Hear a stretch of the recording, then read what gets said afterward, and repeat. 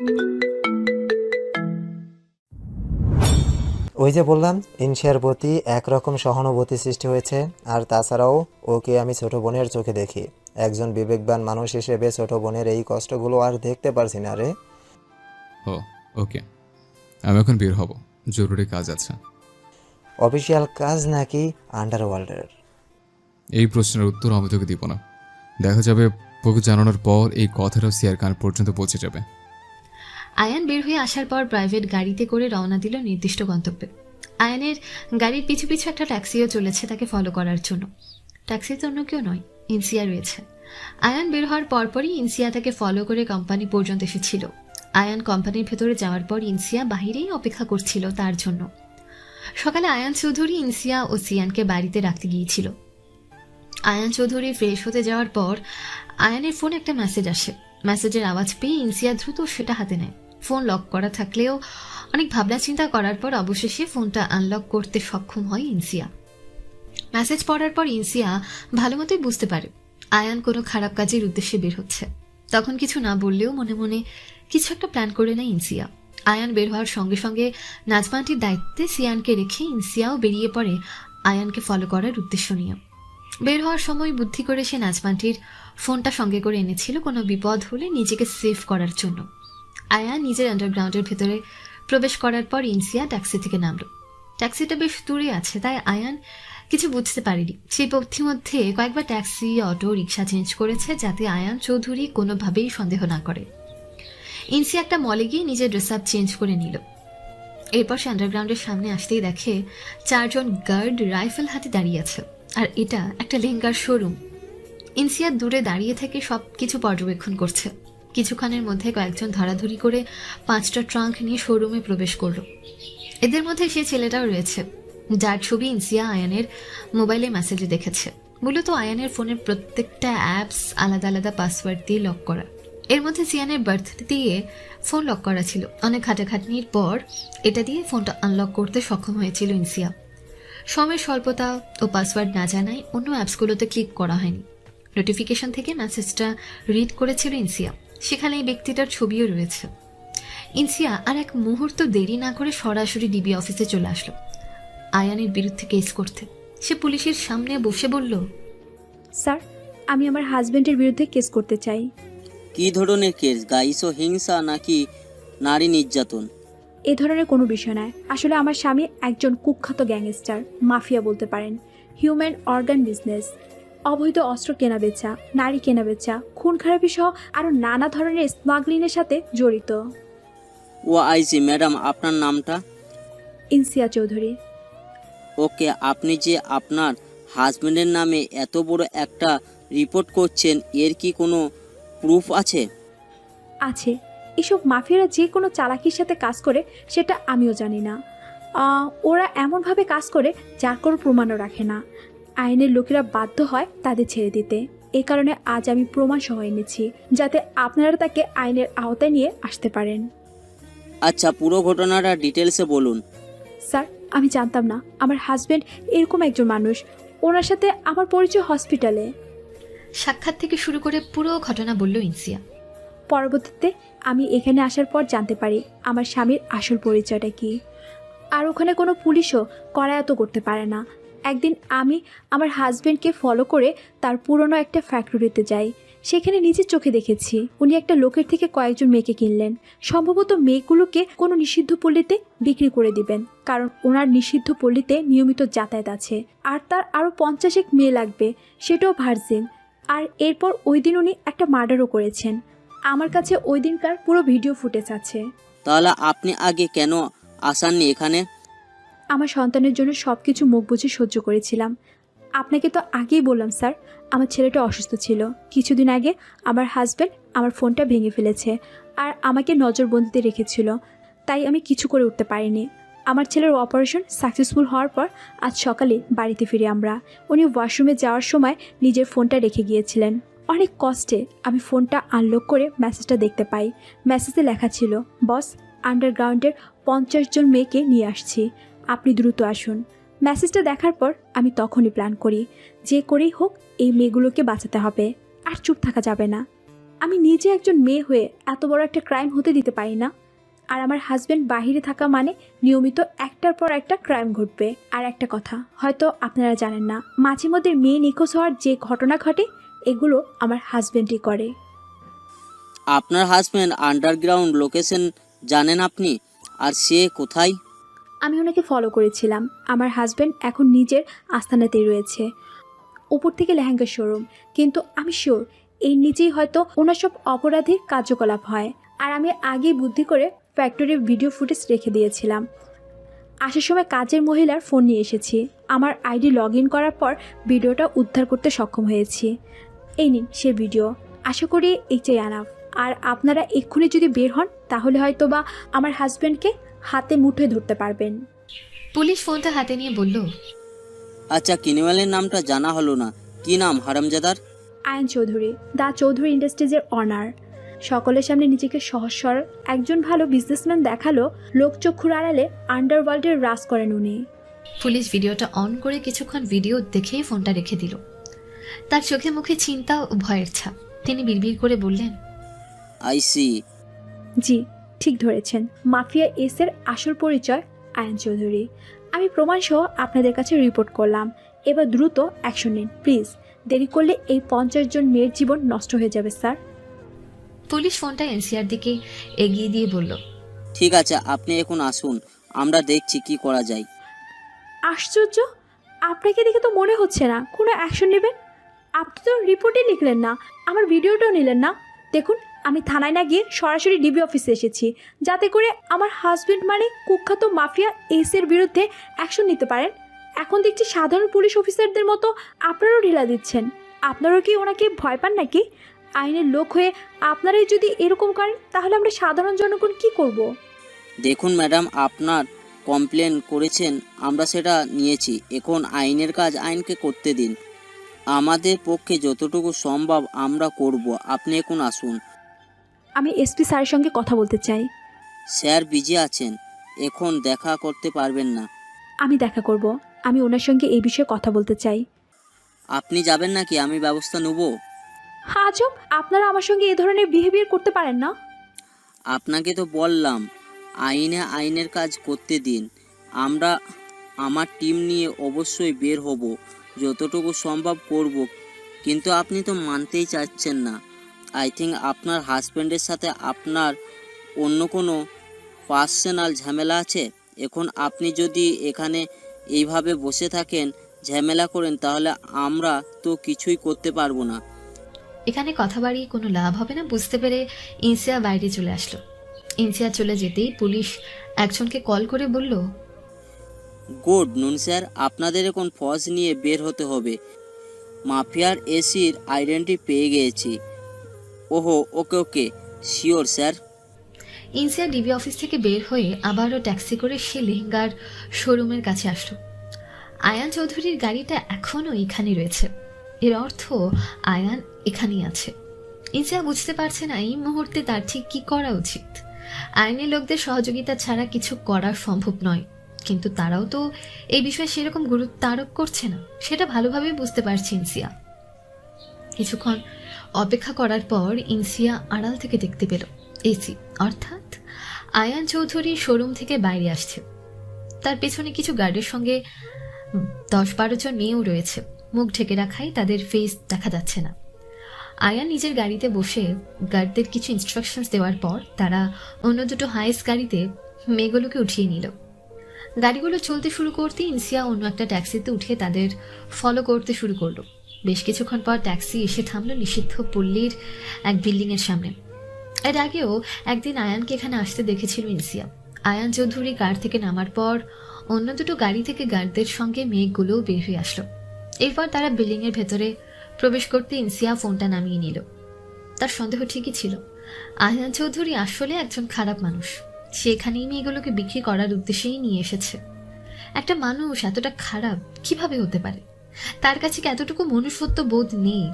আরও প্রায় ঘন্টাখানেক অপেক্ষা করার পর মেয়েগুলোকে ছাড়াই গার্ডসদের সঙ্গে আয়ান চৌধুরী বাইরে চলে আসলো।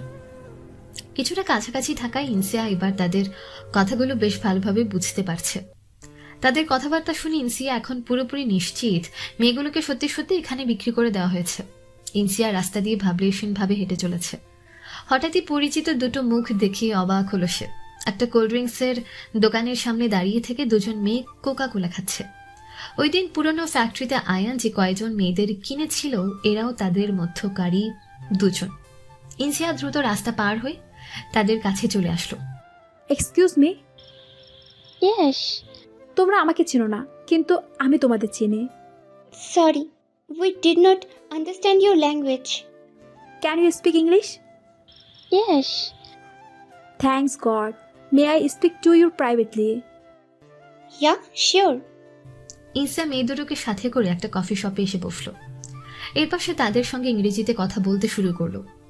তোমাদের নামটা কি জানতে পারি? আমার নাম আইলিন এবং ওর নাম আকরা। আমি ইনসিয়া। তোমরা আমাকে না চিনলো, আমি তোমাদের চিনি। আমরা তুরস্ক থেকে এসেছি। তুমি আমাদেরকে কিভাবে চেনো? যা বলার সরাসরি বলি। মাফিয়া এসে তোমাদেরকে নারী পাচার চক্র থেকে কিনেছিল কিছুদিন আগে, তাই না?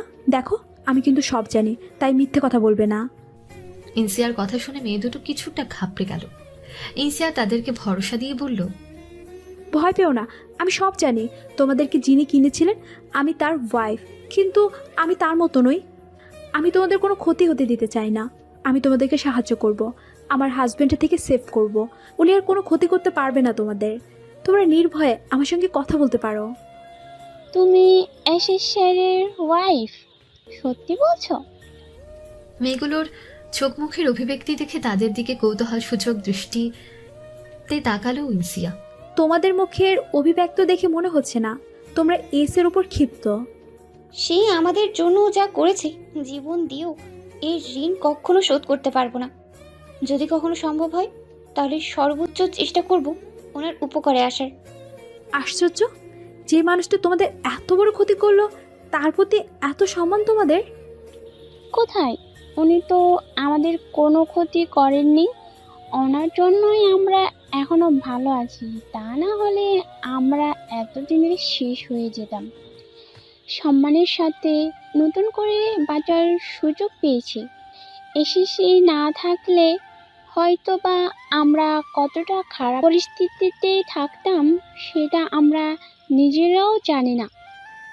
তোমাদের কথা আর কিছু বুঝতে পারছি না আমি। কি বলতে চাইছো তোমরা? একটু পরিষ্কার করে বলো তো। আমরা নিজের অজান্তেই নারী পাচারকারীদের ফাঁদে পড়ে যাই। চাকরি দেওয়ার লোক দেখিয়ে তারা আমাদের জাপানের একটা পতিতালয়ে বিক্রি করে দেয়। ওখানে আমাদের সাথে আরও অনেক মেয়ে ছিল। ইসি স্যার প্রথমবার আমাদেরকে দেখার পর আশ্বাস দিয়েছিলেন আমাদেরকে অবশ্যই রক্ষা করবেন উনি। এই কারণেই পরবর্তীতে আমাদের ওপর আর কোনো নির্যাতন করা হয়নি। কিছুদিনের মধ্যেই আমাদেরকে বাংলাদেশে নিয়ে আসা হয়েছে। এখানে আসার পর এসি স্যার আমাদেরকে কিনে নিয়ে মুক্তি করে দিয়েছেন। অল্প দিনের মধ্যেই পাসপোর্ট তৈরি হয়ে গেলে আমরা নিজেদের দেশে ফিরে যাব। শুধু আমরা দুজন নয়, আমাদের মতো আরও অনেক মেয়েদেরকে সেভ করেছেন উনি, যার জন্য নতুন করে জীবন পেলাম। আর তার প্রতি তো সম্মান আসবেই। আচ্ছা, তুমি কি এই বিষয়ে জানো না? তোমার কথাবার্তা শুনে মনে হচ্ছে তুমি তোমার স্বামীর ব্যাপারে সম্পূর্ণ অজ্ঞাত। এদেরকে মুক্তি দিয়ে দিল, এইটা সত্যি, কিন্তু কিভাবে সম্ভব? এত টাকা খরচ করে মেয়েদের কিনে নিয়ে স্বার্থ ছাড়া এভাবে এরকম করতে পারে? নিজের মনে মনেই বিড়বিড় করছে ইনসিয়া। হেই, কি হলো? তোমাদের সবাইকে মুক্তি দিয়েছে, সত্যি বলছো? ঠিক, সবাইকে নয়। যারা মুক্তি পেতে চেয়েছিল শুধু তাদেরকেই ছেড়ে দেওয়া হয়েছে। স্যারের অ্যাসিস্ট্যান্ট মনিব আমাদের প্রশ্ন করেছিল আমাদের মধ্যে যারা যারা মুক্তি পেতে চায় তারা যেন এক্ষুনি জানিয়ে দেয়। কয়েকজন মুক্তি চাইলেও বেশিরভাগ মেয়েই আবারও পতিতলায় ফিরে গেছে। আসলে তারা এটাকেই নিজেদের পেশা হিসেবে নিয়েছে, তাই আর এসব থেকে বের হতে চায়নি। এখন কেউ যদি নিজে থেকে মুক্তি পেতে না চায় তাদের উপর তো জবরদস্তি করা যায় না। তাই এসএস স্যার তাদেরকে পতিতালয়ে পাঠিয়ে দিয়েছেন। মেয়েগুলোর কথা শুনে ইনসিয়ার মস্তিষ্ক যেন কেমন ফাঁকা ফাঁকা লাগছে। সে আয়ান চৌধুরী সম্পর্কে যতটা খারাপ ধারণা করেছিল, আলটিমেটলি সে কি আসলেই ততটা খারাপ? ইনসিয়া মেয়েগুলোকে বিদায় দিয়ে দ্রুত মৃদুলকে কল করলো নাচপান্টির ফোন থেকে। প্রথম দুইবারে কল রিসিভ না হলেও তৃতীয়বারে কল রিসিভ করলো মৃদুল। কল রিসিভ হওয়ার সঙ্গে সঙ্গে ইনসিয়া উত্তেজিত হয়ে পড়ল। স্যার, কলটা কাটবেন না, আমি ইনসিয়া বলছি। ইনশিয়া, তুমি? এটা কার নম্বর? সেটা পরে বলবো। আপনি কি ফ্রি আছেন এখন? আপনার সঙ্গে ইমার্জেন্সি দেখা করাটা খুব প্রয়োজন আমার, প্লিজ স্যার।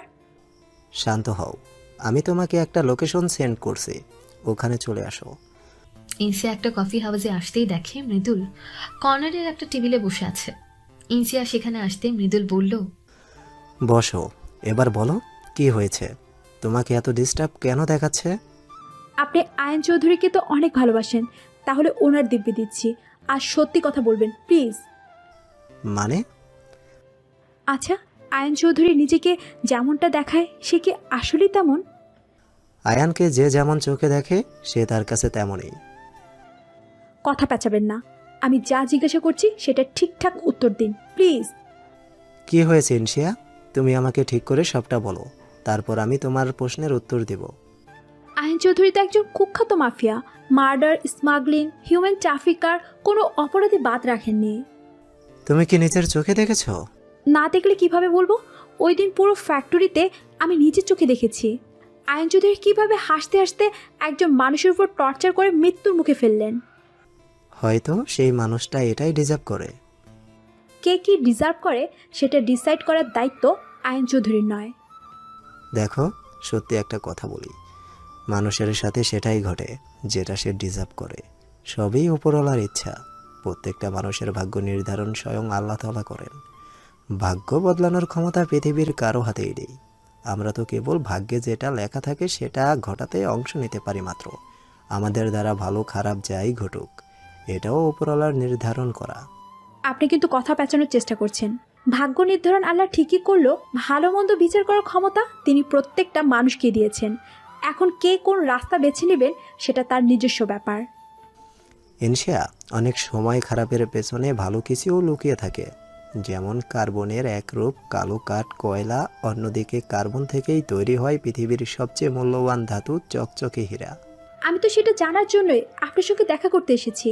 আয়ন চৌধুরী নিজেকে যতটা খারাপ দেখানোর চেষ্টা করেছে সে কি আসলেই ততটা খারাপ?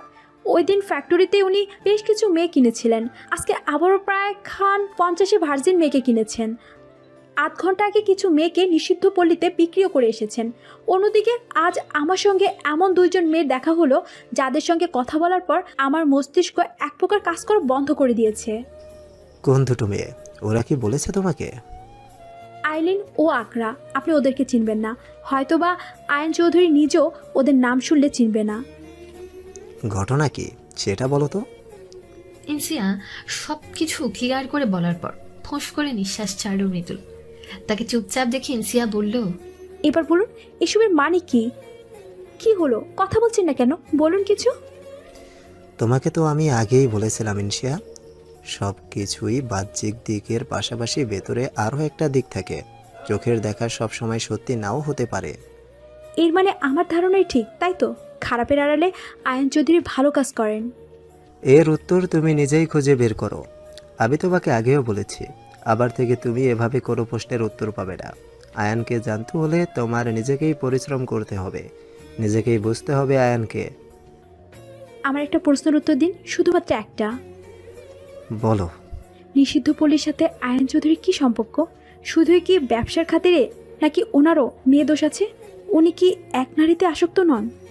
তুমিই তো বলতে আয়ানকে তোমার থেকে ভালো আর কেউই চেনে না, তাহলে আজ এত কনফিউশন কেন? গভীরভাবে একবার চিন্তা করো তো, আয়ান কি সত্যিই এক নারীতে আসক্ত নয়? তার কি সত্যি সত্যি অন্য মেয়ের প্রতি দুর্বলতা আছে? তবে একটা কথা, নিষিদ্ধ পল্লীর সাথে আয়ানের সম্পর্ক অতপ্রতভাবে। এই প্রশ্নের উত্তরটা কি ঠিক করে দেবেন না? তোমাকে যতটুকু বলার বলেছি আমি, এবার তুমি নিজেই নিজেকে প্রশ্ন করো, উত্তর পেয়ে যাবে। আমি হয়তো একটা বড় ভুল করে ফেলেছি। মৃদুল উঠে চলে যেতে নিলেও ইনসিয়ার কথা শুনে আবারও দাঁড়িয়ে গেল। ভুল? কি করেছো তুমি ইনশিয়া? তুমি আবার ঝোঁকের মাথায় উল্টাপাল্টা কোনো ডিসিশন নিয়ে ফেলোনি তো? আমাকে থানায় যেতে হবে খুনি। কি? ইনসিয়া উঠে দ্রুত হাঁটা দিলে মৃদুল তাকে পিছু ডেকে বলল, ইনশিয়া দাঁড়াও, আমি তোমাকে পৌঁছে দিচ্ছি, থামো। ইনসিয়া মৃদুলের কোনো কথার কর্ণপাত না করে এক প্রকার দৌড় দিয়ে বের হয়ে গেল। সে বুঝে উঠতে পারছে না এখন তার কি করা উচিত। ঠিক সে কি আসলে আয়ান চৌধুরী অর্থাৎ নিজের স্বামীকে এখনো চিনে উঠতে পারেনি? অটো ডিবি অফিসের সামনে দাঁড়াতে ইনসিয়া দ্রুত অটো থেকে নেমে আসলো। ডিবি অফিসের সামনে আয়ান চৌধুরীর গাড়ি সহ আরো বেশ কয়েকটা গাড়ি দাঁড়িয়ে আছে। ইনসিয়া এদিকে ভ্রুক্ষেপ না করে হন্তদন্ত হয়ে ডিবি অফিস প্রবেশ করে সরাসরি সেই পুলিশের কাছে এসে টেবিলের উপরে দুটো হাত রেখে জোরে জোরে শ্বাস নিতে নিতে বলল, স্যার, আমি কেস উইথড্র করতে চাই। তখন আমার থেকে ভুল হয়ে গেছে। প্লিজ স্যার, কেসটা উইথড্র করে নিন। আসলে ভুল করেছ, বিরাট বড় ভুল। এর মাসুল তোমাকে গুনতে হবে সিয়া। অতীব পরিচিত কণ্ঠস্বর পেয়ে ঘাড় কাত করে সেদিকে তাকাতেই ইনসিয়া দেখতে পেল আয়ান চৌধুরী চেয়ারে পায়ের উপর পা তুলে বসে আছে। আয়ান মনের সুখে সিগারেট আনছে। তার অধর কোণেই লেগে আছে রহস্যময় ভয়ানক বাঁকা হাসি। সো মিসেস চৌধুরী, বাড়ি যাওয়া যাক। আয়ানের এমন ঠান্ডা শান্ত আচরণে বিস্মিত হল ইনসিয়া। আসন্ন বিপদের ভয়ে ঢোক গিলল সে। আয়ানের কথা শুনে এসপি স্যার বললেন, মিস্টার চৌধুরী, আপনি বললে আমরা এই মেয়েটার এগেনস্টে স্টেপ নিতে পারি। আয়ান হাতের ইশারায় নিষেধাজ্ঞা দিয়ে বলল, আপনাদেরকে কিছু করতে হবে না। নিজের ওয়াইফকে কিভাবে হ্যান্ডেল করতে হয় সেটা আমি খুব ভালো করে জানি। ঠিক আছে স্যার, আপনি যেটা চাইবেন সেটাই হবে। একটা বিষয় খেয়াল রাখবেন, আমার মেইন আইডেন্টিটি যেন বাইরের লিক না হয়। এমনটা হলে আপনাদের সঙ্গে আমি ঠিক কী করব সেটা সম্বন্ধে কোনো ধারণা এখন আমারও নেই। আপনি নিশ্চিন্তে থাকুন স্যার, আপনার এই ইনফরমেশনটা আমরা কোথাও লিক করব না। গুড, এটা মাথায় থাকলে ভালো, না হলে লস আপনাদেরই। আয়ান চৌধুরী উঠে দাঁড়িয়ে ইনসিয়ার হাত ধরতে ভয়ে আটকে উঠে আরো শক্ত হয়ে গেল ইনসিয়া। আয়ান তার কানের কাছে মুখ নিয়ে ফিসফিসিয়ে বলল, চলো মিসেস চৌধুরী, বাড়িতে তোমার জন্য অনেক বড় সারপ্রাইজ অপেক্ষা করছে। ইনসিয়া ভীরু দৃষ্টিতে আয়ানের দিকে তাকালে আয়ান চৌধুরী তার কপালে টুকুস করে একটা চুমু দিয়ে বলল, এমন দৃশ্য নিক্ষেপ করো না বউ, বুকে এসে লাগে। আয়ানের এরূপ কর্মকাণ্ডে উপস্থিত পুলিশেরাও হতভম্ব। এত বড় একটা ঘটনা ঘটানোর পরেও আয়ান চৌধুরী এতটা শান্ত আছে কিভাবে? সে তো এমন ব্যক্তিত্বের মানুষ মোটেও না। আয়ান চৌধুরী ইনসিয়ার হাত ধরে ডিবি অফিসের বাইরে আসতেই মৃদুলের মুখোমুখি হলো। সে কোনো কথা না বলে ইনসিয়াকে গাড়িতে বসিয়ে নিজের ড্রাইভিং সিটে গিয়ে বসলো। এরপর গাড়ি স্টার্ট দিয়ে মুহূর্তেই প্রস্থান করলো তারা। হঠাৎই কাঁধে কারোর হাতের স্পর্শ পেয়ে পেছনে ঘুরল মৃদুল। মবিনকে দেখে সে উত্তেজিত হয়ে প্রশ্ন করলো, এক্স্যাক্টলি কি হয়েছে বলবি? হয়নি, আমার হয়েছেও। মানে? আচ্ছা, এই মেয়েটা কি সত্যি সত্যি বসের ওয়াইফ? কেন? তাহলে আজ ওনার কপালে দুঃখ আছে। কি হয়েছেটা কি সেটা বল, টেনশন আর নিতে পারছি না আমি। মবিন পুরো ঘটনা বলার পর মাথায় হাত দিয়ে জোরে নিঃশ্বাস ছাড়ল মৃদুল। আয়ান যেটা ভাবছিল সেটাই হলো। ইনশিয়া যে সত্যি সত্যি এরকম একটা কাণ্ড ঘটাবে আমি ভাবতেও পারিনি। বস আগেই ধারণা করেছিল। এসব কিছুর জন্যই রেসপন্সিবল আমি। ইনশিয়াকে ধোঁয়াশার মধ্যে রাখাটা ভুল হয়েছে আমার। কিন্তু এখন কি হবে?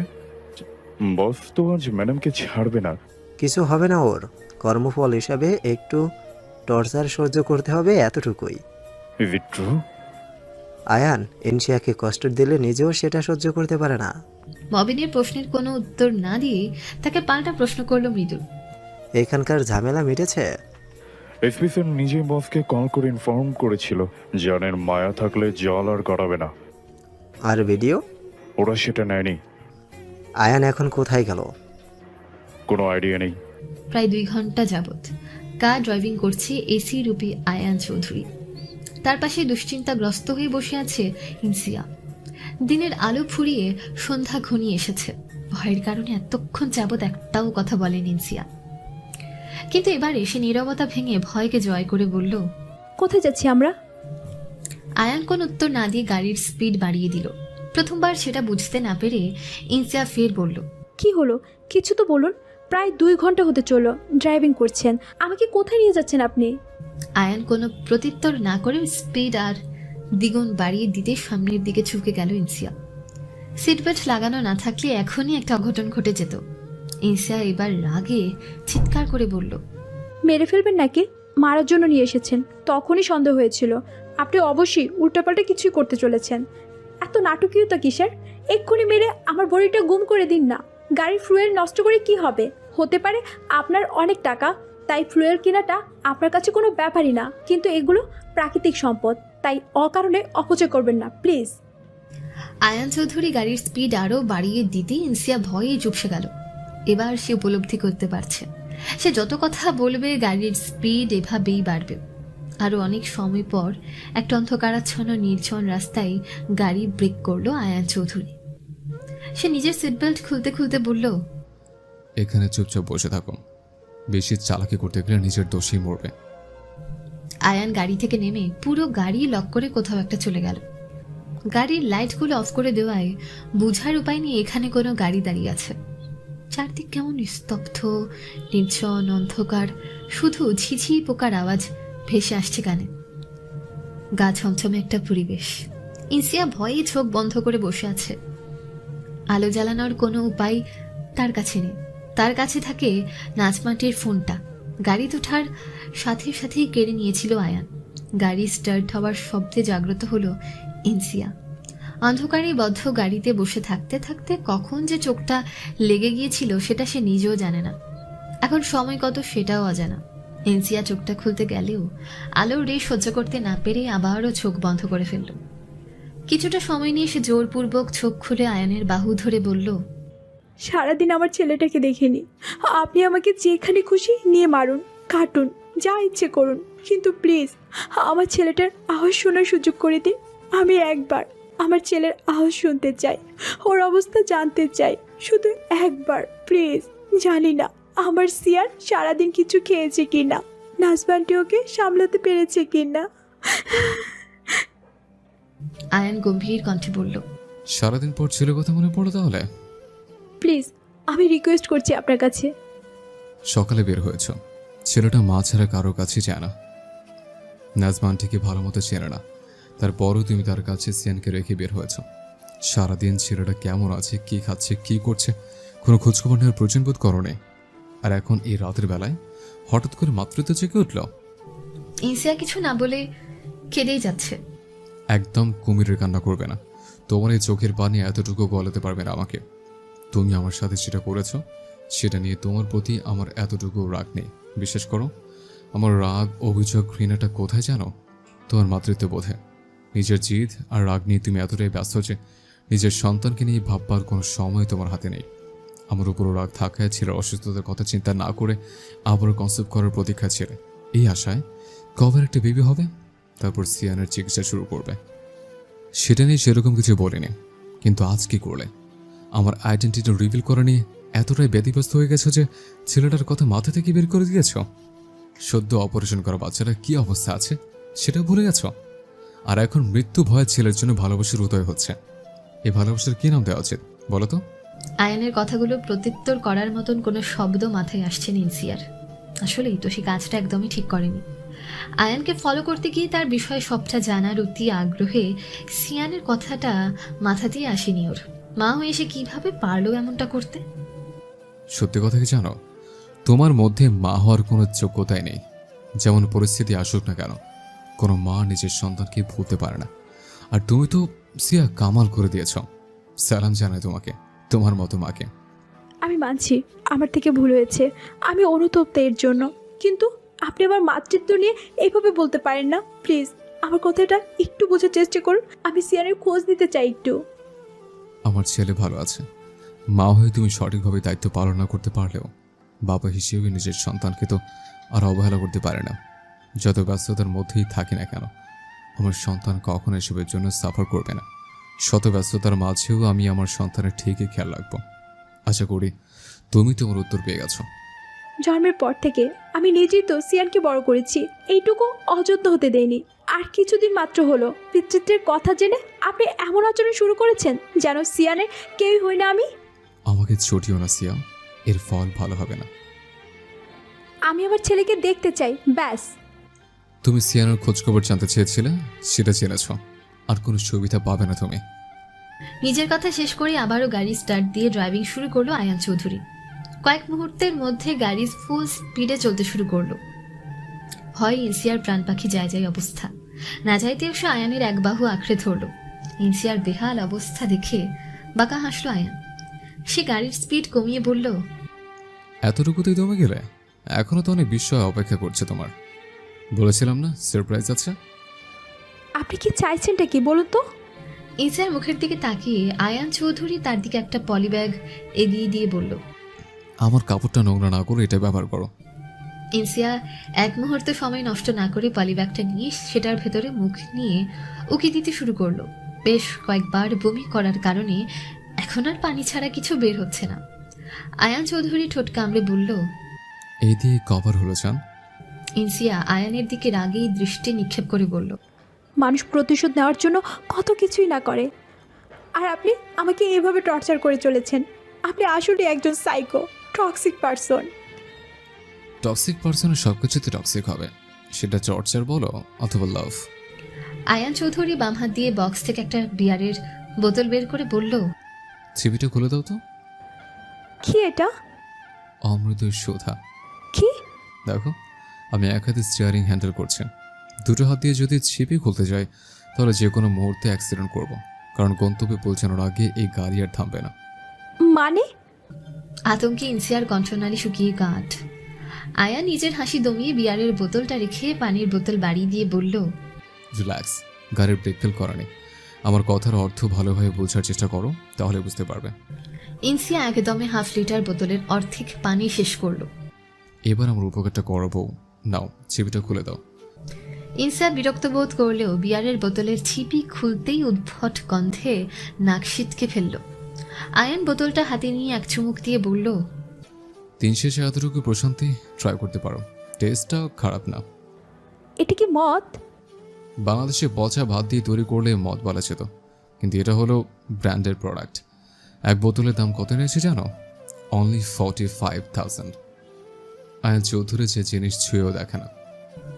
আয়ান চৌধুরী ডান হাতে স্টিয়ারিং হ্যান্ডেল করে ড্রাইভিং করছে ও বাম হাতে বিয়ার পান করছে। একে তো উদ্ভট গন্ধ, তার উপর আয়ানের কথাবার্তা, সবকিছু যেন বিশ্বের মতো লাগছে ইনসিয়া নিকট। সে কোনো কথা না বাড়িয়ে চোখ বন্ধ করে জানলার সাথে হেলান দিয়ে বসলো, কারণ এই লোকের সাথে কথা বলা মানে শুধু শুধু কথার অপচয় করা। সেকেন্ডে সেকেন্ডে মুড চেঞ্জ হতেই আছে তার। নিজেকে শূন্যে ভাসমান অনুভূত হতেই চোখ মেলে তাকালো ইনসিয়া। মুহূর্তেই সে নিজেকে আয়ান চৌধুরীর কোলে আবিষ্কার করলো। গাড়িতে আবারও ঘুমিয়ে যাওয়ায় কোনো কিছুই টের পায়নি সে। আমাকে নামান, গন্ধে বমি চলে আসছে আমার। ছি! স্ট্রেঞ্জ, এখন ভয় করছে না তোমার? বেঁচে আছি তো, ভয় কেন করবে?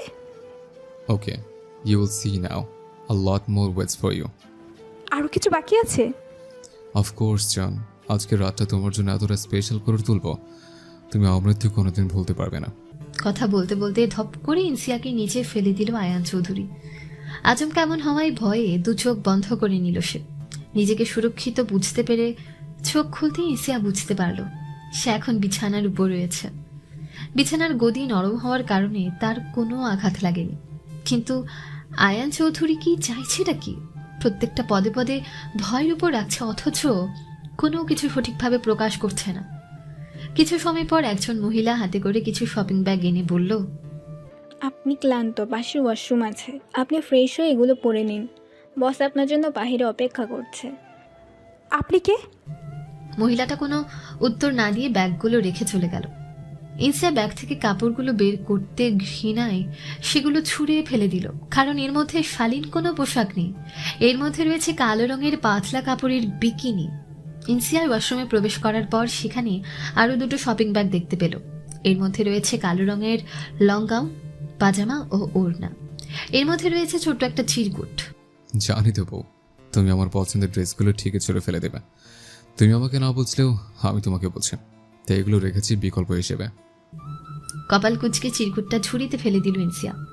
এরপর সে গোসল শেষ করে পোশাক পরিবর্তন করে বাইরে আসতেই দেখে সেই মহিলাটা খাবারের ট্রে হাতে দাঁড়িয়ে আছে। ইনসিয়া তাকে প্রশ্ন করলো, আচ্ছা, এখানে এসব কি হচ্ছে বলুন তো? আপনার খাবার খেয়ে নিন। মহিলাটা চলে যাওয়ার পর ইনসিয়া তার যাওয়ার পানে ফ্যালফ্যাল করে তাকিয়ে রইল।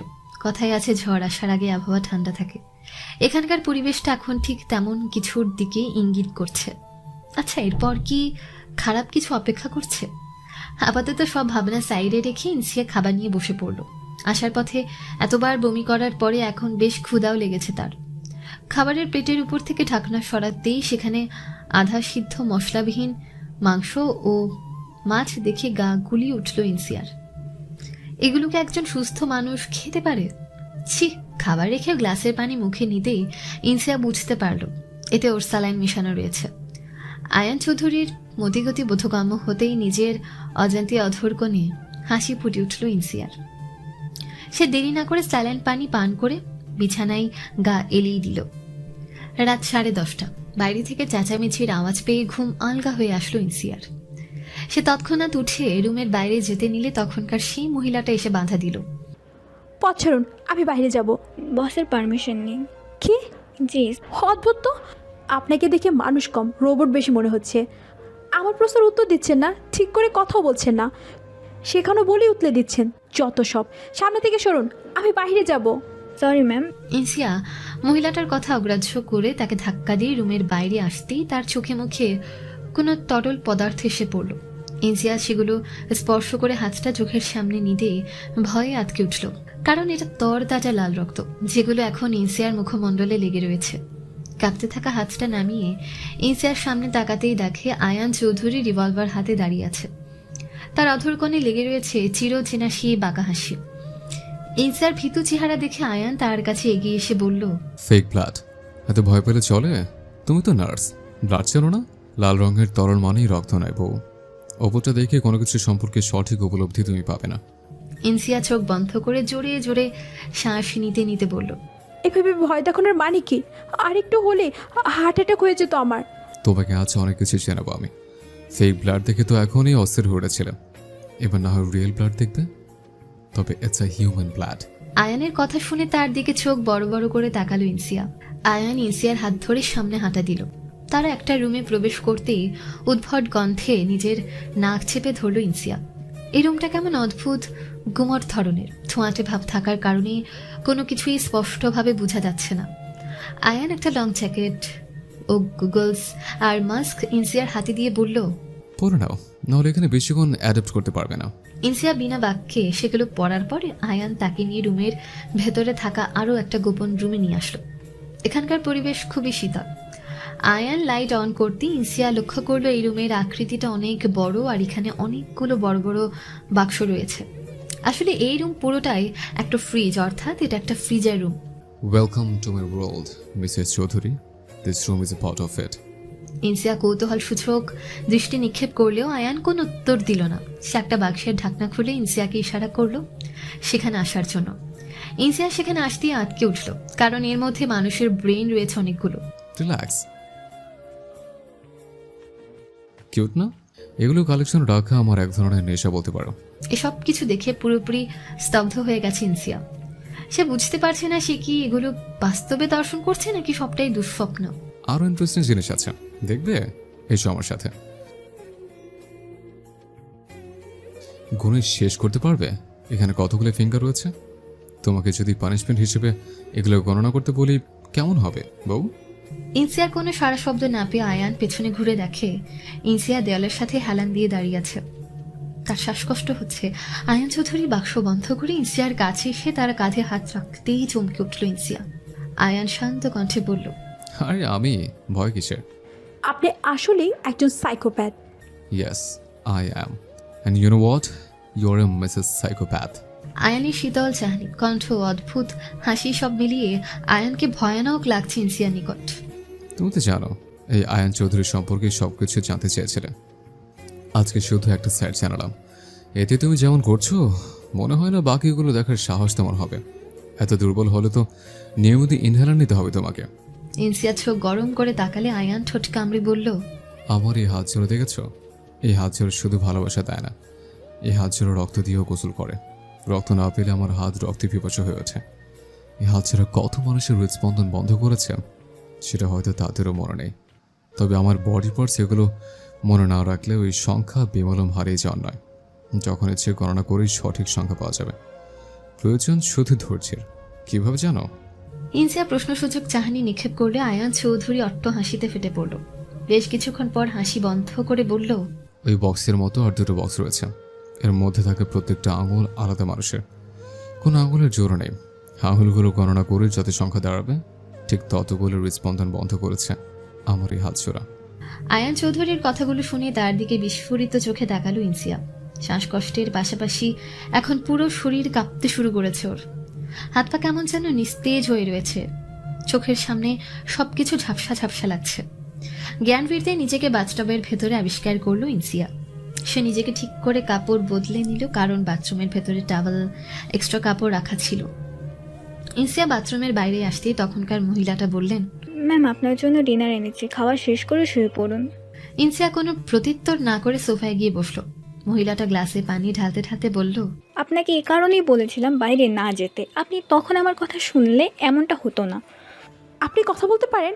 আমি তো ভেবেছিলাম আপনি শেখানোর কথা ছাড়া আর কিছুই বলতে জানেন না। বস জানেন আমার প্রবলেম হয়ে যাবে। প্রয়োজনীয় কথা ছাড়া আপনার সঙ্গে বাড়তি কথা বলতে নিষেধ করেছেন উনি, কিন্তু আপনার এই পরিস্থিতি দেখে আমার চুপ থাকতে পারলাম না। তো আপনাদের বস এখন কোথায়? নিজের প্রাইভেট রুমে আছেন। Private room? হয়তো এতক্ষণে নিজের রেগুলার হ্যাবিটস নিয়ে ব্যস্ত হয়ে উঠেছেন। আপনি একদমই ওদিকে যাবেন না, আপনার শরীরের অবস্থা ভালো না। আপনি খাবারগুলো খেয়ে রেস্ট নিন। কোন এভিডেন্সের কথা বলছেন? আমি জানি না, আচ্ছা, আমরা এখন কোথায় আছি বলতে পারবেন? আসলে আমি নিজেও জানি না। চোখ বেঁধে হেলিকপ্টারে করে এখানে আনা হয়েছে আমাকে। শুধু আমি একা নই, আরও অনেকেই এভাবে এসেছেন। ফোর্সফুলি? না, আমরা সবাই বসের আন্ডারে কাজ করি। অপরাধ করা আর অপরাধীর সঙ্গ দেওয়া দুটোই সমান। এরকম একজন মানুষের জন্য কাজ করতে লজ্জা লাগে না? আর আপনাদের বস, এসে যেমন মানুষ যখন তখনই প্রাণ নিয়ে নেবে। এটা ভুল। বস অকারণে কাউকে মারেন না। বস তাদেরকেই মারে যারা সেটার যোগ্য। আর বিশ্বাসঘাতকতা হলো বসের চোখে সবথেকে বড় অপরাধ। বিশ্বস্ততার সাথে কাজ করলে বস নিজের ওয়ার্কার্সদের যেমন জীবন দিয়ে রক্ষা করেন, ঠিক তেমনই বিশ্বাসঘাতকতা করলে তাকে যন্ত্রণা দিয়ে তিলে তিলে শেষ করে দেয়। আমি বিগত 10 বছর যাবৎ বিশ্বস্ততার সাথে কাজ করছি, তাই আমার কোনো ভয় নেই। সবই ঠিক আছে, কিন্তু উনি যে কাজগুলো করেন সেগুলো তো অপরাধ। সমাজের কীট আবর্জনা পরিষ্কার করার জন্য এরকম 2-1টা অপরাধীর জন্ম নিলেও মন্দ হয় না। ইনসিয়ার খাওয়া শেষ হয়ে গেলে মহিলাটা উঠে দাঁড়িয়ে বলল, ম্যাম আপনি কিন্তু রুমের বাইরে যাবেন না, এখানে রেস্ট করুন।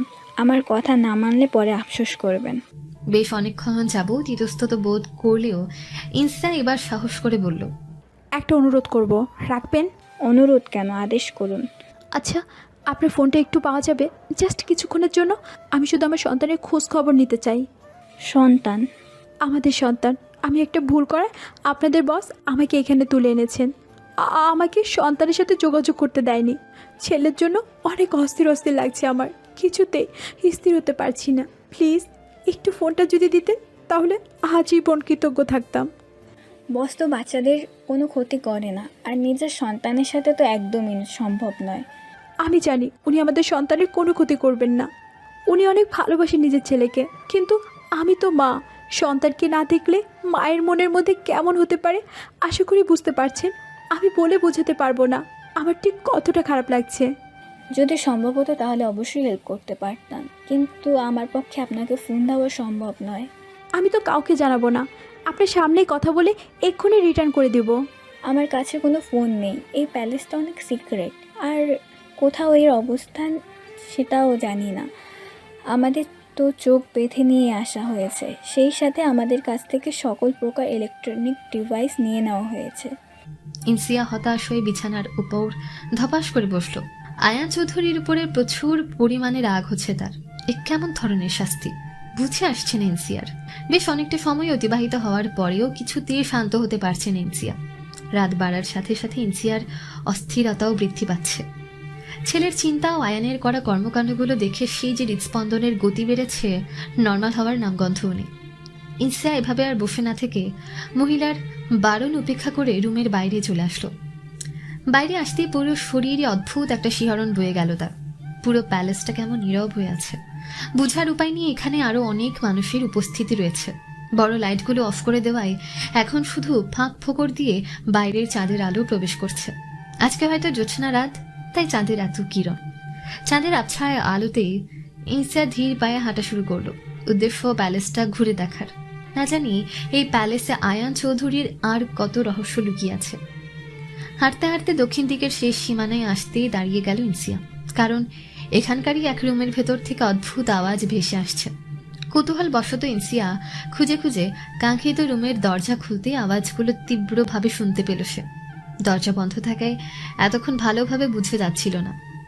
আল্লাহর নাম নিয়ে সাহস সঞ্চয় করে ইনসিয়া ভেতরে পা রাখতেই মুখ দিয়ে গোঙানির আওয়াজ বের হলো। সে নিচু হয়ে দেখে তার পায়ে ভাঙা কাচের বোতলের টুকরো ঠুকে রক্তক্ষরণ হচ্ছে। ইনসিয়া ভাঙা বোতলটা ছুঁড়ে ফেলে দিয়ে সাবধানতার সাথে পরবর্তী ধাপ দিল, কারণ ফ্লোর জুড়ে অসংখ্য মদের ভাঙা কাচের বোতল পড়ে আছে। ইনসিয়া আরো ভেতরে আসতেই দেখে আয়ান চৌধুরী এলোমেলো অবস্থায় বসে থেকে বিয়ার খাচ্ছে। বোতলে কয়েকবার চুমুক দিয়ে সেটা ছুঁড়ে ফেলে দিল ফ্লোরে। এই কারণেই রুমের মধ্যে এতগুলো ভাঙা বোতল পড়ে আছে বোঝা গেল। এরপর সে একটা ছুঁড়ে মারল সামনের দিকে। ইনসিয়া সেটা অনুসরণ করে তাকাতেই দেখে দেওয়ালের সঙ্গে রক্তাক্ত অবস্থায় দুজন লোককে বেঁধে রাখা হয়েছে। একজন হয়তো বা ইতোমধ্যে মারা গেছে, অপরজন এখনো নাড়াচাড়া করছে হালকা। তার মাথায় একটা ছুরি বিঁধে আছে। এরকম নৃশংস ভয়ানক দৃশ্য দেখে চিৎকার করে উঠল ইনসিয়া। চিৎকারের আওয়াজ শুনে উন্মাদ আয়ান তার দিকে তাকালো। আয়ানের চোখগুলো লাল বর্ণ ধারণ করেছে, তার পুরো মুখেই রক্ত লেগে আছে। আয়ান চৌধুরীকে দেখে মনে হচ্ছে সে এখন নিজের মধ্যে নেই। ইনসিয়াকে দেখে আয়ান ইনসিয়ার দিকে এলোমেলো পায়ে আসতে লাগলো। ভয়ে ইনসিয়া এক পা দুপা করে পেছাচ্ছে। মেঝেতে রক্তের পাশাপাশি মদ ও ভাঙা কাচের বোতল। হাঁটতে বেশ কষ্ট হচ্ছে ইনসিয়ার, কিন্তু এই মুহূর্তে এখানে দাঁড়িয়ে যাওয়া মানে জীবনটাকে বিসর্জন দেওয়া। আয়ান চৌধুরীকে দেখে ভালোভাবেই বোঝা যাচ্ছে অতিরিক্ত নেশাদ্রব্য গ্রহণ করায় তার কোনো হুঁশ নেই। এমত অবস্থায় সে ইনসিয়াকেও শেষ করে দিতে পারে। পেছাতে পেছাতে ইনসিয়া একেবারে দেওয়ালের সাথে লেগে গেল। পেছনে যাওয়ার জন্য আর কোনো উপায় নেই। সামনে আয়ান চৌধুরী, পা কেটে অনবরত রক্তক্ষরণ হতেই আছে, জ্বলুনি তো আছেই। ভয়ে আর যন্ত্রণায় ইনসিয়ার অবস্থা খারাপ। আয়ান চৌধুরী ইনসিয়ার একদম কাছাকাছি এসে ওর দিকে হাত বাড়াতে মৃত্যু ভয়ে দু চোখ বন্ধ করে নিল সে। কিছু সময় অতিবাহিত হওয়ার পরে কিছু না ঘটাই চোখ খুলল ইনসিয়া। আয়ান চৌধুরী ওর পেছনের দেওয়ালে থাকা একটা সুইচ নামিয়ে দিতেই রুমের মেঝে মাঝ বরাবর কিছুটা অংশ দুভাগ হয়ে গেল। দৃশ্যমান হলো একটা পুল। এর অর্থ এই রুম বা প্যালেসটা হয়তো পানির উপরে ভাসমান, নয়তো শুধুমাত্র এই রুমের নিচে স্পেশালি পুল বানানো হয়েছে। পুলটা দৃশ্যমান হতে আয়ান চৌধুরী আহত লোকগুলোর কাছে গিয়ে তাদের বাঁধন খুলে দিল। সঙ্গে সঙ্গে লোক দুটো মুখ থুবড়ে পড়ল পুলের মধ্যে। তারা পুলের পানিতে পড়তেই একটা মানুষ খেকো হাঙর মাছ মুহূর্তেই তাদেরকে পানির নিচে টেনে নিয়ে গেল। রক্ত বর্ণ ধারণ করলো ফুলের পানি। ভয় আতঙ্কে ইনসিয়ার পুরো শরীর থরথর করে কাঁপছে। আয়ান এখন ইনসিয়ার দিকেই ছুরি নিক্ষেপ করতে শুরু করেছে। তবে সবটাই ইনসিয়ার হ্যালুসিনেশন। অতিরিক্ত ভয়ে সে এখন উল্টাপাল্টা দেখতে শুরু করেছে। ঘুম হালকা হতেই মাথার নিচে শক্ত কিছু অনুভব হলো ইনসিয়ার। সে চোখ খুলতেই নিজেকে আয়ানের বুকে আবিষ্কার করলো। মানিস এতক্ষণ আয়ান চৌধুরীর বুকে মাথা রেখে তা কাষ্টে পৃষ্ঠে জড়িয়ে ধরে ঘুমিয়েছিল। ঘুমের মাঝে আয়ানকে কতটা শান্ত, নিরীহ ও নিষ্পাপ দেখছে। আয়ান চৌধুরীর ঘুমন্ত মুখের দিকে এক দৃষ্টিতে তাকিয়ে আছে ইনসিয়া। হঠাৎই গত রাতের ঘটনাগুলো স্মৃতিতে আসতেই আয়ানের থেকে এক ঝটকায় দূরে সরে আসলো সে। শ্বাসকষ্ট উঠে গেছে তার।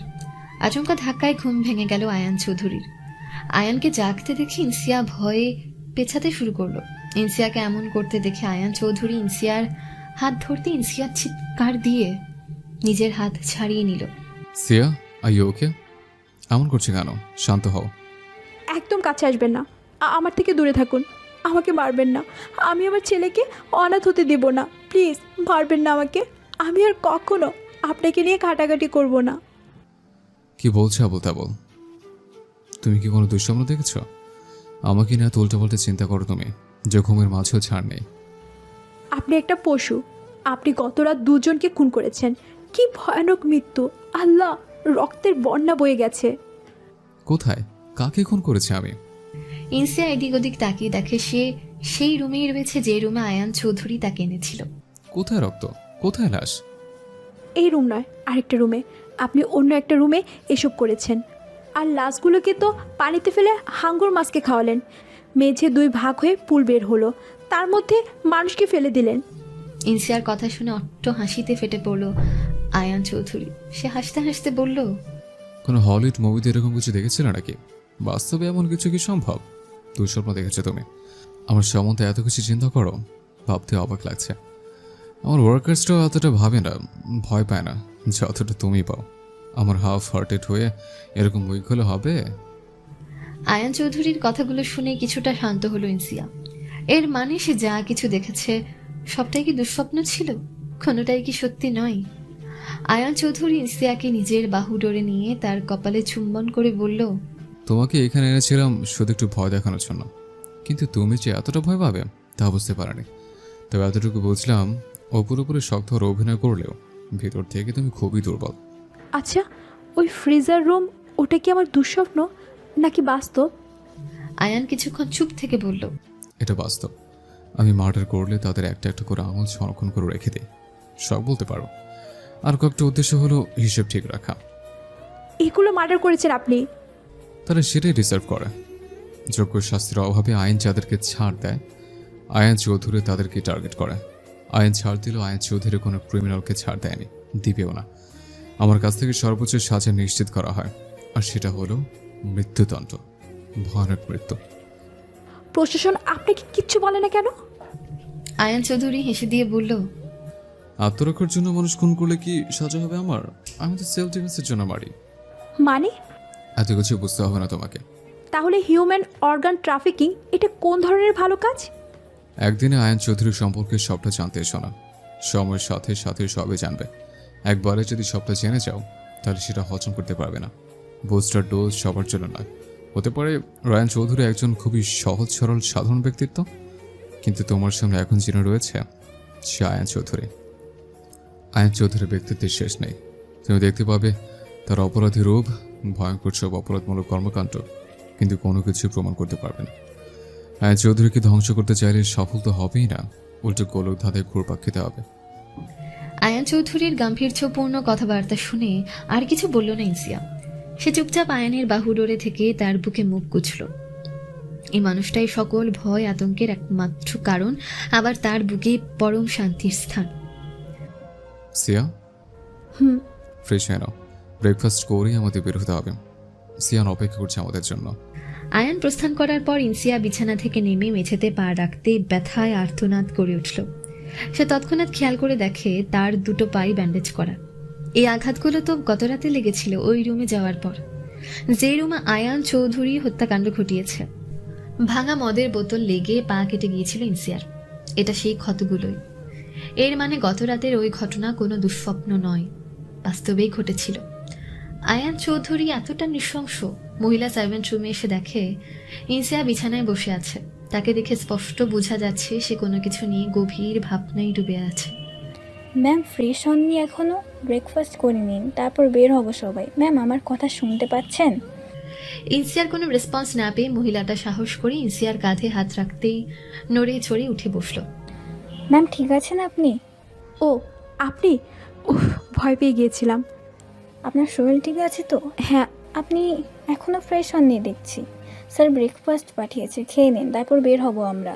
আমার পায়ে চোট লেগেছে, ওয়াশরুমে যেতে একটু হেল্প করুন না। আচ্ছা আসুন। মহিলাটার সহায়তায় ইনসিয়া ফ্রেশ হয়ে আবারও রুমে আসলো। সে খাবার খেতে খেতে বলল, আপনার সাথে এত কথা বলছি, আপনার নামটাই তো জানা হলো না আমার। আপনার নামটা কি জানতে পারি? সরি ম্যাম, পারমিশন নেই।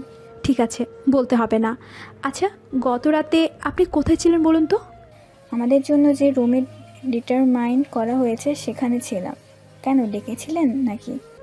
না, সেরকম কিছু না, ওই এমনি জিজ্ঞাসা করলাম আর কি। ম্যাম একটা রিকোয়েস্ট ছিল আপনার কাছে। ইনসিয়া প্রশ্নসূচক চাহনি নিক্ষেপ করলে মহিলাটা মাথা নিচু করে বলল, আমি আপনার সঙ্গে এত কথা বলছি, ক্লোজ হয়েছি, এসব কথা বসকে জানাবেন না প্লিজ। বস যদি এই সমস্ত কথা জানেন তাহলে আমাকে মেরে ফেলবেন। নিশ্চিন্তে থাকতে পারেন, আমি ওখানে কিচ্ছু বলবো না। প্রায় ঘন্টাখানেক পর আয়ান চৌধুরী রুমে আসলো। ইনসিয়া আয়ানকে দেখে শোয়া থেকে উঠে বসলো। কি করছো? ঘুমাচ্ছিলে? না, আপনার অপেক্ষাতেই ছিলাম। আমার অপেক্ষা? খুব মিস করছিলে মনে হয়। জি না, আপনার জন্য অপেক্ষা করছিলাম। তার কারণ হলো আমি যত দ্রুত সম্ভব আমার ছেলের কাছে পৌঁছাতে চাই। ওকে ডিয়ার বউ, আমি তো এই কারণেই আসলাম। বউয়ের আবদার তো ফেলে দেওয়া যায় না। অসহ্য লাগছে, প্লিজ তাড়াতাড়ি করুন। দুধ পাঠিয়েছিলাম, খাওনি? না, গন্ধ লাগছিল। প্রেগনেন্ট নাকি? আমি মজা করার মুডে নেই। খুব তো সন্তানের জন্য আমাকে কথা শোনান, অথচ এখন নিজেই সন্তানের কথা ভাবছেন না। ছেলেটা আমার 24 আওয়ার্স বেশি সময় ধরে যাবৎ নিজের মাকে দেখেনি। তোমার তো দুধ পছন্দ ছিল, হঠাৎ করে অরুচি হলো কবে থেকে? এনিওয়ে, তোমার হেলথ কন্ডিশন ভালো না, তাই দুধটুকু খেয়ে নাও, বেটার ফিল করবে। ও কি আসে, প্লিজ ফোর্স করবেন না। সিয়া, আমাকে রাখিও না, যেটা বলছি চুপচাপ সেটা করো। আয়ানের মুখের দিকে তাকিয়ে ইনসিয়া আর কথা বাড়ালো না। কষ্ট হলেও সে বিনা বাক্যে অর্ধেক গ্লাস দুধ শেষ করে বলল, আর সম্ভব না, এবার সত্যি সত্যি বমি হয়ে যাবে। ঠিক আছে, আর খেতে হবে না, যতটুকু খেয়েছো ততটুকুই থাক। আয়ান চৌধুরী প্যান্টের পকেট থেকে একটা কালো কাপড় বের করে ইনসিয়ার একদম কাছে এসে বলল, চোখ বন্ধ করো। কেন? চোখ খুললে নিজেকে সিয়ানের কাছে পাবে। এখন চোখটা বন্ধ করো। মানেটা কি? আপনি কি তাহলে দুধের মধ্যে কিছু মিশিয়েছিলেন? এখন বুঝতে পারছি। গতকাল আমার বারবার করে এত ঘুম কেন পাচ্ছিল। গাড়ির মধ্যে আমাকে যে পানি খেতে দিয়েছিলেন ওটার মধ্যে কিছু মিশিয়েছিলেন, তাই না? বাহ, ভেরি ইন্টেলিজেন্ট। সবই বুঝো, কিন্তু দেরি করে। এরকম করার কারণ কি? এটা আমার খুব সিক্রেট একটা প্লেস। আমি ছাড়া এই জায়গার লোকেশন আর কেউই জানে না। আমি অবশ্যই এই সিক্রেট কাউকে রিভিল করবো না। আপনি খুব খারাপ। আমি জানি, তুমি কিন্তু নিচে এখন সময় অপচয় করছো। তাড়াতাড়ি সন্তানের কাছে পৌঁছানোর ইচ্ছে নেই নাকি? ইনসিয়া বিরক্ত হয়ে বলল, যেটা ইচ্ছে হয় করুন, বাধা দিব না। কিন্তু একটা কথা, আমার পায়ে চোট লেগেছে, জানেনই তো। হাঁটতে প্রবলেম হচ্ছে, তাই একটা হুইল চেয়ার টাইপস কিছু পেলে ভালো হতো। আয়ান চৌধুরীর আর্মকে চোখে পড়ো না? আমি থাকতে হুইল চেয়ারের কী প্রয়োজন? আমার কোল উঠতে কি ভালো লাগে না তোমার? অ্যাবিলিটি না থাকলে তখন আফসোস করতে বড়ের কোল ওঠার জন্য। Please don't waste the time, I want go to my child. Come down, relax. Ayaan Chowdhury সযত্নে ইনসিয়ার চোখে কালো কাপড় বেঁধে দিল সতর্কতার সাথে। এরপর সে ইনসিয়াকে পাঁজা কোলে নিয়ে বলল, ঘুমিয়ে যাও, ঘুম ভাঙলে গন্তব্যস্থলে পাবে নিজেকে। ইনসিয়া আয়ান চৌধুরীর কথার কোনো প্রত্যুত্তর করল না। আয়ান ইনসিয়ার কপালে একটা চুম্বন করে তাকে নিয়ে প্রস্থান করল। সিয়ানের খিলখিল হাসির আওয়াজে ঘুম হালকা হয়ে আসলো ইনসিয়ার। সে চোখ মেলে ডান দিকে তাকাতেই দেখে সিয়ান ও আয়ান চৌধুরী খেলনা গাড়ি নিয়ে খেলা করছে। সিয়ানকে দেখে উত্তেজনায় ইনসিয়া উঠে বসতে নিতে হাতে ব্যথা পেয়ে মৃদু আর্তনাদ করে উঠল। ইনসিয়ার আর্তনাদ শুনে আয়ান দ্রুত উঠে এসে বলল, খেয়াল কোন দিকে থাকে? এবার হলো তো, নিচে ভোগা এখন। ইনসিয়া খেয়াল করে দেখে তার হাতে ক্যানোলা করা হয়েছে এবং সেটার মধ্য দিয়ে স্যালাইন চলছে। স্ল্যান কিসের? তোমার শরীর দুর্বল, তাই স্যালান করা হয়েছে, এতে বেটার ফিল করবে। জুতো মেরে গরুদান করার কি খুব প্রয়োজন? মানে? মানেটা কি সিম্পল? আমার এই অবস্থার জন্য তো সম্পূর্ণরূপে দায়ী আপনি। এখন আবার যে সে আমার টেক কেয়ার করছেন, জুতো মেরে গরুদান করার মতো না। প্রবাদ বাক্যটা কিন্তু একদম মিলে যাচ্ছে আপনার সঙ্গে। ইনসিয়া নিজেই নিজের হাত থেকে ক্যানোলা খুলে সিয়ানকে কোলে নিয়ে তার পুরো মুখমণ্ডল জুড়ে চুম্বন করতে শুরু করলো। ইনসিয়ার এমন কাণ্ড দেখে আয়ান চৌধুরী বুকে হাত গুজে ঠোঁট কামড়ে বলল, দীর্ঘদিন পর আমাকে দেখার পরও এত পাগলামি করণে উল্টো জ্ঞান হারিয়ে ফেলেছিলে। জ্ঞান না হারিয়ে এরকম করে একটু আদর করলে তো পারতে আমাকে। অনেক নিষ্ঠুর তুমি সিয়া। আয়ানের কথা শুনে তার দিকে রাগে দৃষ্টি নিক্ষেপ করলেও কোনো প্রত্যুত্তর করল না ইনসিয়া। সে তো এখন ব্যস্ত নিজের সন্তানকে নিয়ে। সিয়ানকে পেয়ে সে যেন নিজের জীবন ফিরে পেয়েছে। মা ছেলেকে একা ছেড়ে দিয়ে আয়ান চৌধুরী রুম থেকে প্রস্থান করলো। তার কিছুক্ষণ পরেই হঠাৎ বিকট আওয়াজ পেয়ে দরজার দিকে তাকালো ইনসিয়া। তানিয়া একটা চীনামাটির তৈরি ফুলদানির সাথে ধাক্কা খেয়েছে। মূলত রুমের ডেকোরেশন দেখতে গিয়ে বেখেয়ালে এমন কাণ্ড ঘটিয়েছে সে। তানিয়াকে এখানে দেখে অবাক হলো ইনসিয়া। সে অবাক স্বরে বলল, তানিয়া, তুমি এখানে? তানিয়া ইনসিয়ার সামনে এসে বলল, খুব জোরে ধাক্কা খেয়েছি আপু, আমি এখানে বসি? হ্যাঁ বসো না, এখানে বসো, জিজ্ঞাসা করার কি আছে? তানিয়া বিছানায় ইনসিয়ার পাশে বসে বলল, আর বলুন আপু, সিয়ানের জন্য স্কুল থেকে আমাকে এখানেই নিয়ে এসেছে দুলা ভাই। তুমি নাকি সিয়ানকে রেখে কোথায় একটা কাজে গেছো। সিয়ান তো নাজমা আন্টির কাছে একদমই থাকতে চায় না। ঘুম থেকে উঠে এসে কান্না শুরু করেছে। কি এক অবস্থা। পরে ভাইয়া বাড়ি আসার পর ভাইয়ার কাছে গিয়ে শান্ত হয় সিয়ান, কিন্তু ভাইয়ারও কাজ আছে। সিয়ানকে নিয়ে বাড়িতে বসে থাকলে তো আর চলবে না। পরে ভাইয়া সিয়ানকে নিয়ে আমার স্কুলে গিয়েছিল। তুমি কালকে থেকে এখানে আছো তাহলে? হুম। চাচা চাচি জানে? ভাইয়া লোক পাঠিয়েছিল বাড়িতে। এর জন্যই উনি এত নিশ্চিন্তে ছিলেন সিয়াকে নিয়ে। যাই বলো আপু, ভাইয়ার সাথে সিয়ানকে কিন্তু অনেক মিল। তোমার থেকেও ভাইয়ার সাথে বেশি খুশি থাকিও। হুম।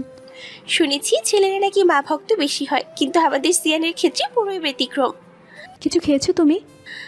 নাজমা আন্টি অনেক ভালো রান্না করে, কিন্তু ঝালটা একটু বেশিই খায়। এটা ব্যাপার না, খাবার সুস্বাদু হলেই ঝাল কোনো কিছুই ম্যাটার করে না। হুম। আয়ান চৌধুরী অফিসে আসতে মৃদুল তাকে বলল, তোর ফোন বন্ধ কেন? কতবার কল করলাম। কি হয়েছে? ইতালির ক্লায়েন্ট কনফারেন্স রুমে ওয়েট করছে তোর জন্য।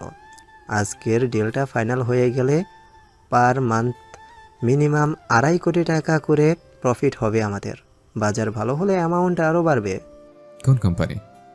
আগে কখনো ওদের সাথে কন্ট্যাক্ট হয়েছে আমাদের? না, একটা নতুন কোম্পানি এটা। তাহলে কোন ভরসায় এই কোম্পানিতে ইনভেস্ট করবো আমরা?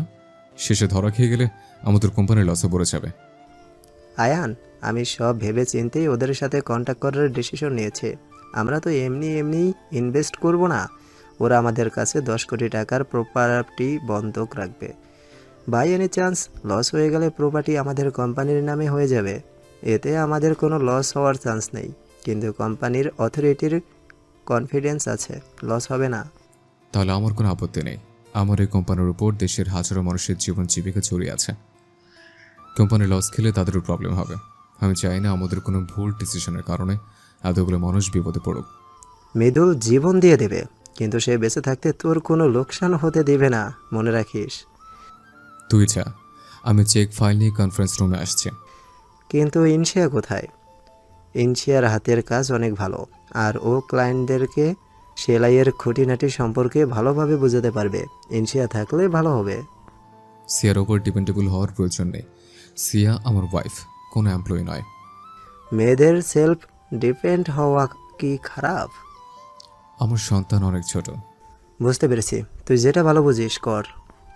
আয়ান চৌধুরী নিজের কেবিনে প্রবেশ করতেই মবিনের কল আসলো। সে কল রিসিভ করতে ফোনের ওপাশ থেকে মবিন বলল, বস, আসসালামু আলাইকুম।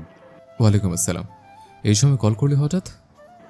কর্ণফুলী নদীতে দুটো পচা গলা লাশ ভেসে উঠেছে। লাশের অবস্থা খুবই খারাপ। এই কথা বলার জন্য কল করেছিস? বস, কল করার অন্য একটা কারণ আছে। আসলে যে লাশগুলো ভেসে উঠেছে ওই লাশ দুটো বিজনেসম্যান তারিক আহমেদ আর ফয়সাল করিমের। অর্গান ট্রাফিকিং এর বড় মাথা ছিলেন ওনারা দুজন। জানি। সেদিন নিউরো ডায়াগনস্টিক সেন্টার হসপিটালে ওনারা দুজন ছিলেন। বেশ বড় বড় অ্যামাউন্টের অর্গান কিনেছেন। সম্ভবত চীন এক্সপোর্ট করার চিন্তা ভাবনা ছিল। মার্ডার কি আপনি করেছেন নাকি অন্য কোনো অপোনেন্ট? মবিনের কথা শুনে বাঁকা হাসি দিল আয়ান চৌধুরী। সে রহস্যময় হাসি দিয়ে বলল, কে এসেছে? তারিক আহমেদের ছেলে এসেছে বাবের মার্ডারের ইনভেস্টিগেশন করার জন্য। বলেছে মার্ডারারকে খুঁজে বলে অ্যাসিড পানিতে ডোবাবে। ইন্টারেস্টিং। আমার মনে হলো কাজটা আপনার, তবু শিওর হওয়ার জন্য কল করলাম। কোম্পানির একটা কনফারেন্স আছে, তারপর আসছে। সরাসরি হেডকোয়ার্টারে কথা হবে। আয়ান কল কেটে দিয়ে কাউকে একটা কল করলো। কুত্তার বাচ্চা, তোকে বলেছিলাম না বডির সাথে পাথর বেঁধে দিতে? বডি ভেসে উঠলো কি করে? No excuse. আজকে তুই হবি আমার পোষা হাঙরের ডিনার। পারে নিজেকে বাঁচিয়ে দেখা। আয়ান কল কেটে দিয়ে সজোরে দেওয়ালে ঘুষি দিল। কিছুটা সময় নিয়ে নিজেকে শান্ত করলো সে। এরপর ফাইল ও পেনড্রাইভ নিয়ে কনফারেন্স রুমের উদ্দেশ্যে বের হলো। আয়ান চৌধুরী কনফারেন্স রুমে আসতেই ইনসিয়াকে দেখে অবাক হলো। ইনসিয়া এখানে কি করছে? আয়ান চৌধুরী ইনসিয়ার দিকে তাকালে সে অন্যদিকে ঘুরে বসল। মৃদুল ব্যাপারটা বুঝতে পেরে আয়ানের কাছে এসে মৃদু কণ্ঠে বলল, রিল্যাক্স, এখন এত উত্তেজিত হোস না। কনফারেন্স শেষে সব বলবো তোকে। I finish you. ক্লায়েন্ট চলে এসেছে, আমি প্রজেক্ট অন করে দিচ্ছি, তুই পেন ড্রাইভ সেট কর। ইনশিয়া সেলাইয়ের নতুন যে কাজগুলো ছিল ওইগুলো এনেছে তো? পিকগুলো সাবমিট করে দিয়েছি, আর কিছু স্যাম্পল হিসেবে কিছু কাপড় এনেছি। গুড। কনফারেন্স শেষ হতে আয়ান চৌধুরী ইনসিয়ার হাত ধরে টানতে টানতে তাকে নিজের কেবিনে নিয়ে আসলো। মৃদুল চেষ্টা করেও আয়ানকে আটকাতে পারল না। আয়ান চৌধুরী ইনসিয়াকে দেওয়ালের সাথে চেপে ধরে দাঁতে দাঁত চেপে বলল, এখানে কি করছো তুমি? কার পারমিশনে এখানে এসেছ? লিজা আমাকে কল করে ইমার্জেন্সি আসতে বলল, আমি না আসলে ডিল করতে নাকি প্রবলেম হবে, তাই আসলাম। আমাকে জিজ্ঞেস করেছো কে কি বললো? তার কথায় সিয়ানকে রেখে চলে আসলে। সকালে তো পানি হাঁটতে পারছিল না, আর এখন খুব জোশে আছো দেখছে। সুস্থ হয়ে গেছো? আমার কষ্ট কবে বুঝলেন আপনি? রায়ান চৌধুরী হলে ঠিকই বুঝতে পারতো, কিন্তু আপনি তো রায়ান চৌধুরী হয়ে উঠতে পারবেন না, তাই আপনাকে কিছু বলে লাভ নেই। যে বোঝার এমনিতেই বুঝতে পারে, প্রকাশ করার প্রয়োজন পড়ে না। আর আমার হাতটা ছাড়ুন, ব্যথা লাগছে। আয়ান চৌধুরী ইনসিয়ার হাতটা ছেড়ে দিতে ইনসিয়ার খুঁড়িয়ে খুঁড়িয়ে চেয়ারে এসে বসল। এরপর বোতল থেকে অল্প কিছুটা পানি পান করে বলল, তানিয়া সিয়াকে নিয়ে ওয়েটিং রুমে আছে। সিয়াকে রেখে আসিনি আমি। লিজার সাথে কথা শুনে মনে হলো সত্যি প্রয়োজন, তাই আসতে বাধ্য হয়েছিলাম। নেক্সট টাইম আমাকে না জানিয়ে বের হবে না। প্রয়োজন পড়লে আমি নিজে তোমাকে ডেকে নেব।